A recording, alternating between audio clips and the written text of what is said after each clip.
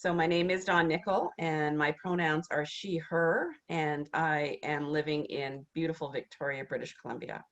The She Recovers Foundation is a 501c3 non-profit public charity. We connect, support, and empower women through our virtual platforms and in-person community networks. If you feel inspired to become a supporter and learn more about us, please visit www.sherecovers.org. We believe we are all recovering from something. We may be in recovery from one or more of the following: substance use disorders, including alcohol use disorder and opioid use disorder; trauma, including intergenerational trauma, racial trauma, religious trauma; codependency; anxiety, depression, and other mental health disorders; eating disorders and other food-related issues; grief and loss, including divorce or job loss; burnout from caregiving or overworking; love or sex addiction; sexual, emotional, or physical abuse; cancer or other illness; and any other life issue from which we hope to heal. If you are a woman, cisgender or trans, or a non-binary individual who identifies with women's communities, and if you are in recovery or seeking recovery, you are welcome here. Please note we are not a 12-step recovery program, but we do support all recovery pathways and criticize none. What else do you need to know? I think that's about it for now. I'm really excited to introduce you to Mary Beth. So Mary Beth O'Connor is a board member for the She Recovers Foundation, which is very exciting. So we're so happy to have you and so grateful to you. She's also a board member for LifeRing Secular Recovery. Mary Beth regularly speaks on behalf of LifeRing and develops relationships with organizations supportive of the multiple pathways approach. She has, for instance, participated in San Francisco's methamphetamine task force. She is a founder of our She Recovers Support for Legal Professionals group and is active in our She Recovers Sharing Circle in the Bay Area. In August, Mary Beth had an op-ed published in the Wall Street Journal called "I Beat Addiction Without God," where she described building a personal recovery plan by combining ideas from secular organizations for sobriety, now LifeRing, Women for Sobriety, and Narcotics Anonymous. Mary Beth's memoir writings have been published in Memoir Magazine, Awakenings, the Noyo River Review, Carry the Light, and Raven's Perch. She's currently working on a full-length memoir. Mary Beth has been clean and sober for 26 years. Like many in the She Recovers community, she also has a history of trauma and abuse from which she's worked very hard to recover. Professionally, 6 years into her recovery, Mary Beth attended Berkeley Law. She worked at a large firm in Silicon Valley, then litigated class actions for the federal government. In 2014, Mary Beth was appointed an administrative law judge. She recently retired so she could devote her time to completing her memoir and be more active in the recovery community. Mary Beth, we're so thrilled to have you here. Thank you for taking time. Although you did retire, you then kind of got another part-time job in law. So we know that you have a busy life, and we just appreciate any time that you can afford to spend with us. So. Thank you, Dawn. I'm so happy to be here today. My story in brief, as I say, child abuse and neglect led to childhood addiction. And I did have a number of traumas outside the home as well that sort of primed me for succumbing to a substance use disorder.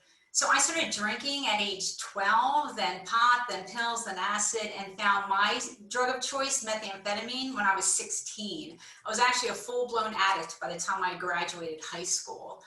I managed to control it somewhat in college until an abusive boyfriend sort of pushed me back into the depths of addiction. And I spent the next 10 years just on a downhill slide. So I went to rehab when I was 32 years old.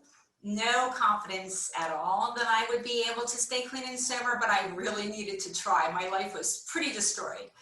So the first day that I was there, they told me that I needed to find a higher power and turn my will and my life over. And I explained that I was an atheist and it wasn't possible for me to believe in any type of higher power. But they kept insisting that that was the only way. Not the way that worked for some, but the only way. And I don't think they did that because they didn't care. I think that they had grown up in the 12 steps and that's what they knew. But the problem was I was paying for treatment. I thought medical treatment, and they were trying to only offer one option, an option that wouldn't work for me. So at about 30 days, I really had to stand back and make a decision. What was I going to do here? Because what they offered wasn't going to work. So I decided that I would just listen and take all the ideas and suggestions and, that were being presented, and I would just filter them through what I thought would work for me. So I did, for example, agree with them that I was an addict and I could not use any drugs or alcohol. They gave suggestions and ideas for relapse prevention, avoiding triggers, a number of things like that. I actually like the NA one day at a time mantra because I felt like I could accomplish that when I had no confidence in my long-term ability to stay clean and sober. And I liked the drugalogs in NA. I know many people don't, but for me, to sit there and hear people tell how their lives had been as distorted as mine, how they had been as sick as I was, and yet it's 6 months and 12 months and 2 years later, and they're putting things back together. And that gave me hope. And I really needed hope that maybe if they could do it, maybe I could do it too. So that's really how I approached it. And I felt confident at times that I could do it my way, but still I did have apprehension because I was faced with the universal consensus that I was going to fail.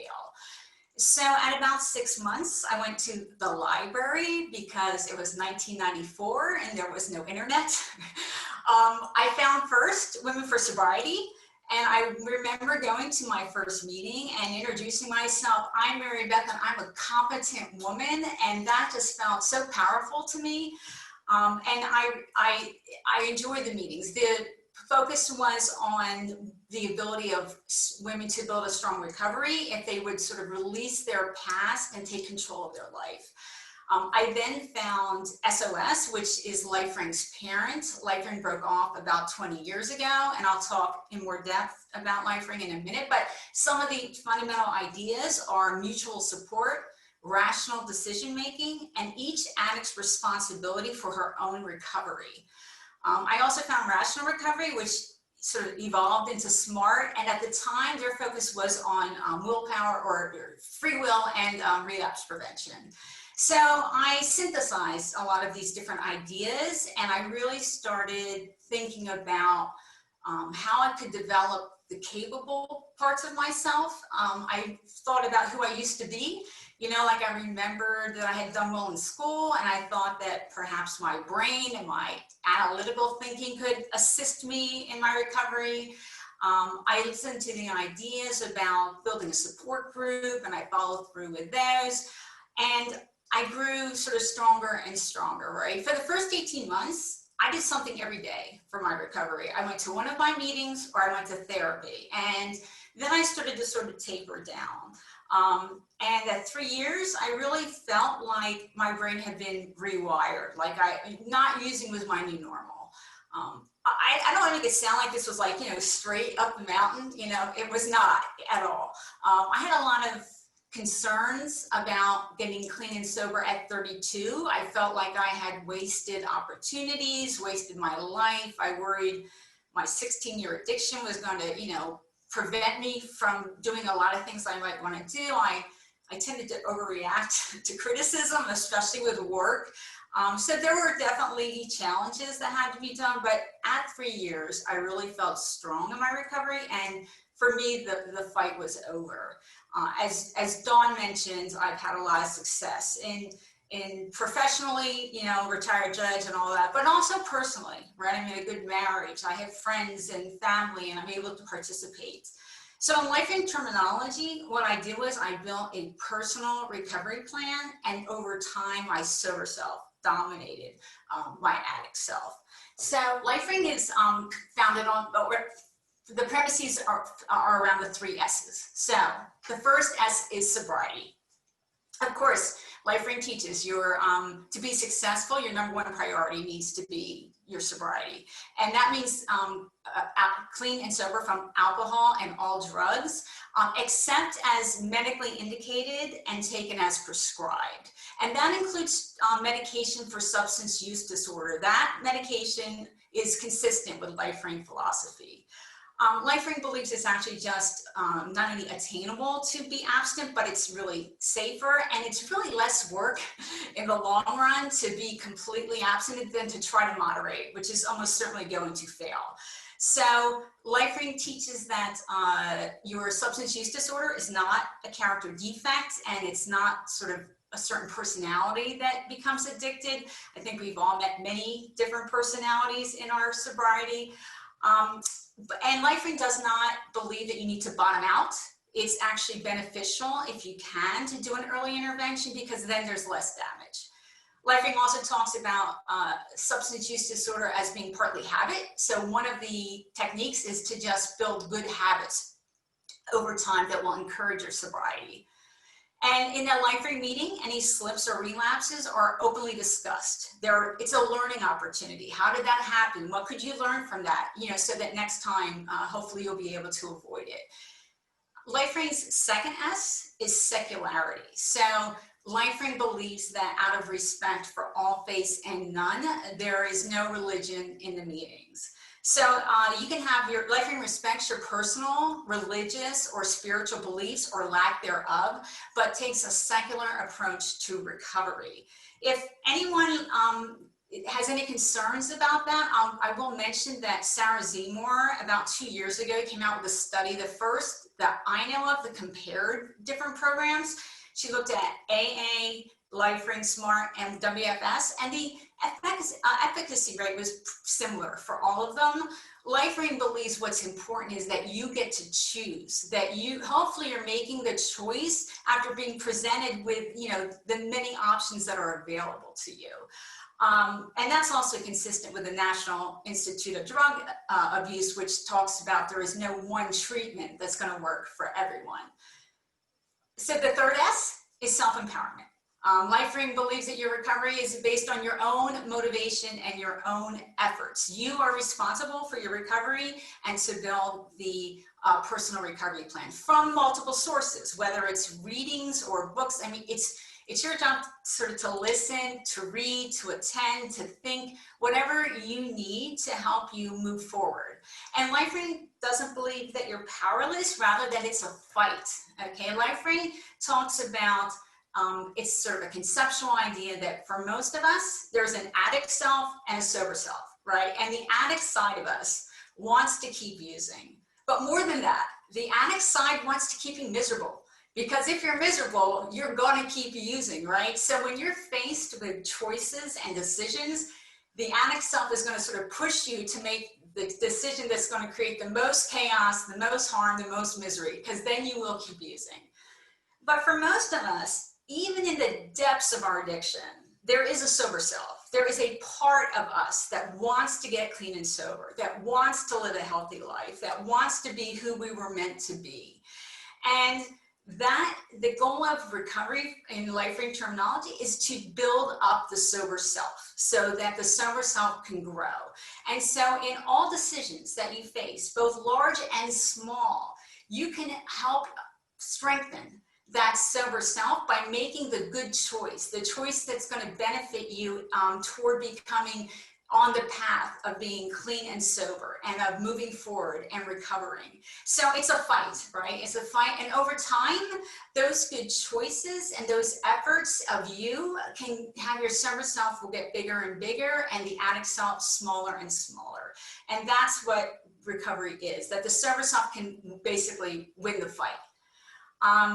The personal recovery plan, as I mentioned, all sources. Part of the reason LifeRing believes in a personal recovery plan is because everyone is in a different situation when they come into recovery, right? I mean, we're all fighting for our sobriety and to build that foundation. But for example, one person might have destroyed themselves professionally and yet still have relationships. And another person, it could be the opposite, right? Some people come in with mental health challenges or trauma histories or all sorts of different circumstances. So we're unique. And what you need is, varies from person to person. So LifeRing believes that you know best where you are, where you want to go, and can develop a plan to how to get there. And part of the benefits of the personal recovery plan are that it gives you self-knowledge, right? Because it's an analytical process. You're thinking about yourself. You're thinking about where you are. You're thinking about your goals. You're thinking about your strengths, perhaps your weaknesses. So there's a deeper self-knowledge from going through the building of your own plan. LifeRing also believes that you can have a stronger ownership of the plan if you develop it, that it's not handed to you, but you made that plan. That's the plan that you want to follow, and that can strengthen the connection. It can also make you more resilient, because if you get sort of knocked off track, right, but you have a clear, deep understanding of where you were headed and how you wanted to get there, it can be easier to move back on track because of that knowledge and that connection. LifeRing also believes, in self-efficacy, and the personal recovery plan helps with that you are the source of your own success. And it's not that you're on an island. Most people aren't. You're not alone. You're using the different sources, the different things you hear in different meetings, read, all of that's part of it. But you, in the end, are responsible for your own success. And also, success and efficacy can mean getting help when needed, right? Perhaps you need professional help, or help from your friends, or help from someone at a meeting. That's part of self-efficacy, is asking for help as needed. And self-efficacy also involves evaluating how the plan's going, right? Is it working for you? Did you carry it out? If not, why not? Was it not did you overlook something when you were making the plan, and maybe you need to adjust? So that's all part of it, right? And so those are just some of the benefits of building that plan for yourself. See, LifeRing, a lot of people, members of LifeRing, do just LifeRing, but a lot of members do multiple different approaches, right? So they may do LifeRing and one of the programs that I went to, including 12 steps, or there are a number of LifeRing members and She Recovers.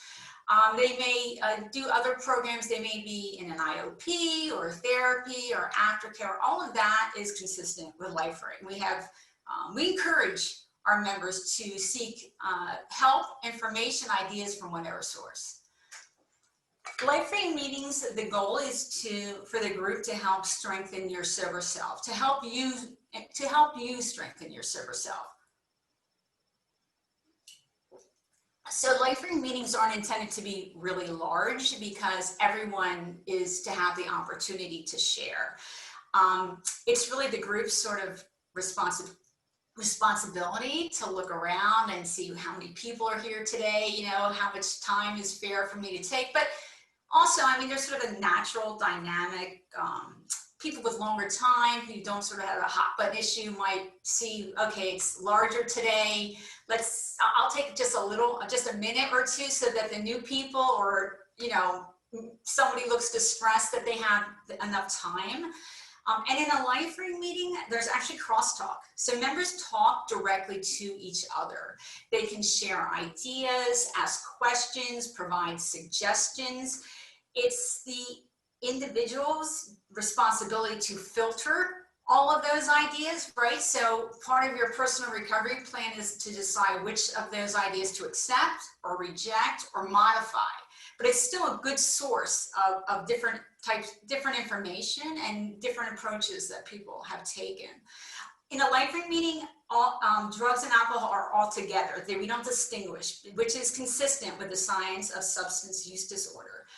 And a LifeRing meeting doesn't focus on a drug history. So a LifeRing meeting is about how was your week and how's this week. So how was last week? Okay. Did you have any struggles that you weren't expecting? Did you make a decision that you regret? Did you have a plan and you didn't carry it out? That's all fodder for the discussion. But a LifeRing meeting is also about what successes did you have last week, right? Did you have a plan and you carried it out? Did you partially carry it out, and even though you weren't 100% successful, that was still a step forward for you? That was still an accomplishment? Did you have an unexpected challenge and you handled it really well and you're very proud? And the group is going to be excited for your success, right? They're happy to see you moving forward. And so there's all of that sort of bonding and opportunity to sort of just share your joy as you're moving forward in your plan. And then the other side of it is, how's this week looking? So, for example, do you have, for the first time, a work event where alcohol is going to be served? Are you going to a family event and some of those people are trouble, you have challenging relationships and you want to maybe just say it out loud. Maybe you want to announce your plan and then come back next week and tell us how it went. Maybe you want to ask for ideas. Who has faced this situation? How did they handle it? What worked for them? What didn't? So that's all the focus of a LifeRing meeting. And then at the end, we actually clap, yay! And there are a couple reasons for that. One is just to end on a positive note, but it's also to remind everyone that they have had some success that week, right? I mean, even if you're only at the meeting, that could be the only success, but usually you had more than that. And so it's just part of that reminder that your efforts have been successful and that you are moving forward in your plan. Let's see, LifeRing meetings we've been online for a long time, but most of our meetings were face-to-face. We had hundreds of meetings around the country. We have meetings in different parts of the world, Canada, Ireland, particularly large LifeRing communities. But with COVID, it's all Zoom, or almost all Zoom. And so the meeting schedule is at the website, lifering.org. I would suggest, if you're interested in LifeRing, that you try maybe a couple meetings, because like every other program I've ever been to, different meetings have different personalities. And that can be the convener's approach, the ratio of new people to people with longer time, or just the personalities of the regulars in the meeting. LifeRing does offer women's meetings, and we have a workbook meeting.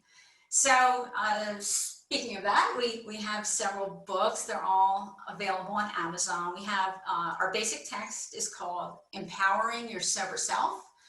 And that goes into the science of addiction, as well as much more depth about the 3 S's and the sober self versus the addict self, and building a personal recovery plan. And then we have a workbook called Recovery by Choice. And that's actually a useful resource even for non-LifeRing members. So the book is broken into 9 domains. For example, one of the domains is your environment. So what's your sort of risk of your environment at home, at work, out with friends? Another domain is people. So for example, who's actually being helpful in your recovery? How to identify the helpers, how to handle the people who aren't so helpful. And even though we don't talk much about history in meetings, there is a history section, a history domain. And that's part of what I sort of mentioned in my process, which was to think about who you were before your substance use disorder took hold, some traits and characteristics that you can use in your recovery, and also to analyze the impact of your substance use disorder on your life. The book is not going to give you an answer or the answer. It's really a self-analysis tool. It has checklists and worksheets and ideas for you to think about and go through. A lot of members do the whole book, but you're not required to do the workbook, all of it, or certainly not in order. It's really for you to look at the domains and think about what would be most useful to you to work through. And for example, if there's an issue that's hitting multiple domains, maybe that's something you want to prioritize, because I think we all know you can't fix everything on day one, right? And so we really have to make choices about where to expend our energy at different points in our recovery. There's a relapse prevention chapter, and at the end of each chapter, there's a 3-month and a 1-year review section. And one of the reasons for that is really just to remind us that the personal recovery plan will most likely change over time, right? It's not going to be the same on day one at 6 months or a year, probably. And there could be a number of reasons. One is that you've succeeded at many of the parts of your initial plan, and now you can either sort of move more forward in that area, or you might have the bandwidth to start attacking a new area. And the other is that it's also another opportunity to think about what didn't work or didn't work as well as you thought. Sometimes your plan can work, but you realize it was the wrong goal, right? I mean, there's all different types of ways that we revise our plan as we go through time. There's also a book called How Was Your Week, which is for the conveners, but it does have a good section about how to encourage self-empowerment that can be useful for everyone. And at a LifeRing meeting, the convener's not the boss of the meeting, okay? The convener gets the meeting going and keeps it on track, but it's the members' job the members are really responsible. So this could be helpful as to how to help each other move forward. And then there's a book called Humanly Possible, and that is a book of stories of LifeRing members who have long-term sobriety. And so because of the personal recovery plan emphasis, there's many different ways that they did it. So that's also an opportunity to get a lot of ideas. And for anyone who's concerned that, whether doing it the secular way or an alternate way or finding their own path forward, whether that's viable, this can sort of reassure you, yes, many people do it by developing their own plan and they're able to succeed. One other thing I would just mention about LifeRing is that it can be less regimented than some programs. So, for example, the convener doesn't have to use the opening or closing statement. Examples are provided, but they can modify it as long as it's consistent with LifeRing philosophy. At LifeRing, you do not have to identify yourself as an addict. You do not have to accept the disease model or that it's a habit or that it's a disorder. You don't have to track your time. You don't have to start over if you have a slight slip. All of these are your decisions that you make for yourself. And in LifeRing, you're encouraged to do that. So I think that's all the substance that I have. I will say if you want to reach out to me personally, of course, I'm a She Recovers member and you can message me through Facebook, or my email is on the LifeRing.org board member page. I'm there and you can get to my LifeRing email. So that's really, I think, all the substance that I have, but I think we're gonna have questions and answers. Oh, Mary Beth, thank you so much. I'm so excited. You know, I know a little bit about LifeRing, but you just presented everything so clearly. And as you were going through, for those of you who are She Recovers members, we have this thing called our 10 intentions and guiding principles. And they're kind of on the other side of my computer. And everything that you say about LifeRing resonates with what we believe in She Recovers, especially the idea that we get to create our own personal pathways, patchworks, practices of recovery. So I love that LifeRing is kind of in that same way, the spontaneity of like, you try something that works for you, and if it doesn't work, then you move on.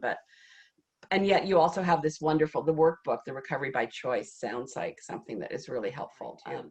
So the one thing that I have a question about is, again, She Recovers, like our primary thing is we believe we're all in recovery from something. And I understand that LifeRing is focused on substances primarily, and substances writ large.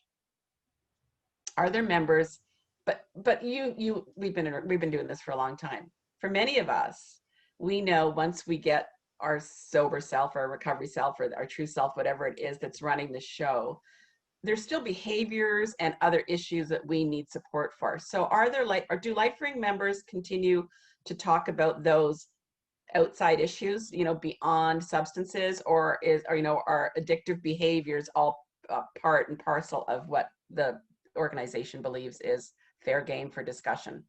So at a meeting, it is an interesting sort of dynamic because, the focus is around your substance use disorder, but other life issues and behaviors can interfere with that, right? And if we're acting out, in other ways, or we're not feeling strong in our, we're having work issues, or we're having relationship problems, all of those things impact your likelihood of staying clean and sober, especially in the beginning, right? So sort of any challenge in the beginning is a risk for your sobriety, really. And so that's absolutely, people talk about those kind of things, and there may not be a sort of a straight line, from A to B, but it's still connected because they're trying to stabilize their life as a whole, and anything that risks that can risk them falling back into their addiction. And then when people have more solid time, they do tend to talk a bit more about their life. We allow that at my meeting, for example. It's a way. It's sort of a way from what I got from the NA drugalogs, but in a different way, to see that people are sort of moved into new areas because they have time and they may have different challenges, but they're still recovering. They're still putting their life back together. I mean, for me, at 26 years, I always talk last, because if I don't get to talk, it's fine, right? So, but I mean, it takes a long time to rebuild life.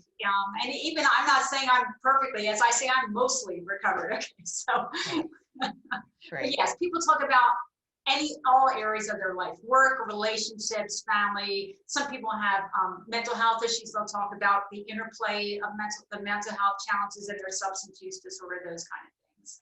Awesome, great. Can you tell me a little bit about the conveners and kind of what the qualifications are for becoming a convener, and also kind of relatedly, if you can touch on the topic of trauma and the convener's ability or training or support in holding trauma-informed supportive spaces. So the conveners it's peer-to-peer support, right? So conveners aren't professionals. There's not training. Now we have the workbook, and the workbook talks a lot about how to run an effective meeting, about issues that might arise, that the conveners, how to suggest it to handle them. There's a convener group, and people will throw out something that happened at a meeting and get ideas from the other conveners. We have convener trainings. The board members are always available. And people do talk sometimes about their trauma histories or things that are going on if it's an up issue at the present, right? So it's not if it's historical and you've either resolved it or you're just not working on it right now. But if it's an up issue for you, it can come up. It can come up because it impacts your relationships and other things. And we actually just recently started having the women's meetings, and that was really upon request. And so I would expect that there might be more of that kind of conversation. And I do, when I say women, mean anyone who identifies as female. That's perfectly 100% open to that. That's the purpose of it. So yeah, so those kind of things do arise. But the conveners aren't professionals.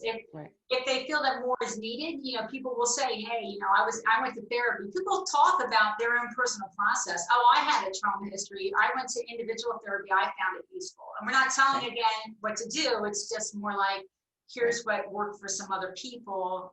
Think about this. People will talk openly about being on medication for mental health issues. That a lot of trauma survivors have depression or anxiety, right? And that's all. And we're not going to discuss the pros and cons of different type drugs, but it's open that sometimes that can be valuable, and if somebody's really struggling, perhaps they want to talk to a professional about those kind of things. Awesome. Just a clarification, you said that the women's meeting is open to women who identify, or people who identify as females. I would assume that non-binary individuals who identify with women's communities. Great.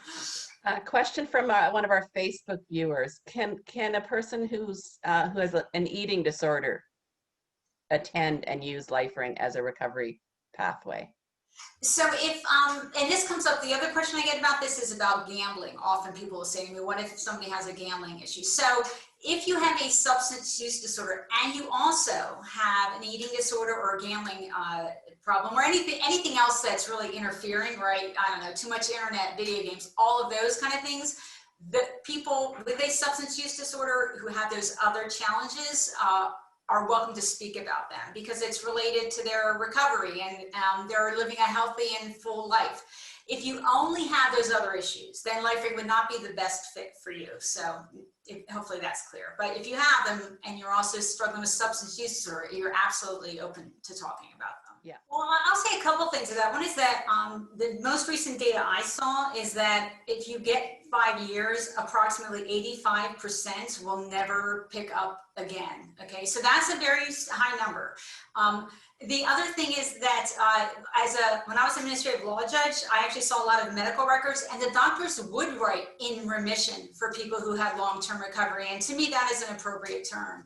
And I too, I doubt I'll ever use it again, but I will say that I know that that addict self is still in me. Like I do still feel a connection to her in a way. I don't think she's going to, you know, break out and take control again, but that was a large part of my life. I mean, you know, I would use from 12 to 32, and I was really in an addiction for 16 of those years. And I know that I draw a hard line. I mean, I don't test the edges, right? First of all, what I say is, you know, to the newcomers, I know it can be hard, but the reality is that in the long run, even though you are giving up, what you're giving up is like this big, okay? And what you're gaining is like this big. It's just not worth the risk. So I do not play with the edges. And I don't think it will ever happen. And I do view myself as in remission, but I still haven't forgotten, you know, that addict self. I know she's in there. Oh, absolutely. And I can't say that I never will use again. I don't claim that, but I guess for me, I can claim that I am in remission and I have got this under control. Like that's how I feel today. Yes. And I think that if, again, in the medical system, in the world, in the social systems that we live in, if somebody could if somebody was seen as being in remission, how much that would take us to demolishing stigma. You know, if, oh yeah, she's been in, you know, if we started talking about, wow, she was an addict for, you know, she was addicted for 13 years and now look at her, whatever, but she was you know, I was addicted for 13 years and I've been in remission for 20 or 31, depending on, you know, how we look at the use that I endured. So I just, yeah, I think it's very interesting. And again, I'd love to know more about the study that you looked at that showed that 85% of people who achieved 5 years. I can dig it up. I know it was recent. And I will say this for myself personally, I've become more and more open about my recovery, and the judge thing, like, you know, it's an accomplishment. I mean, I'm proud of that. Don't get me wrong. But at the same time, for me, a lot of the value is simply that it shows how far we can come in recovery to society at large, because they, you know, can sometimes think that who you were then in the middle of your active addiction, that's your true self. And it just is not. It's not any of our true self. That's a distorted self. That's a chemically created self. And once you've broken that, you can go anywhere. And so I just, you know, I just want to use all of my assets to promote the idea of full recovery and full futures. And I really sort of just use the judge thing as a way in to remind people how robust the recovery can be. So I just really want to thank you. Let anybody here again who doesn't know much about our foundation, please visit www.sherecovers.org.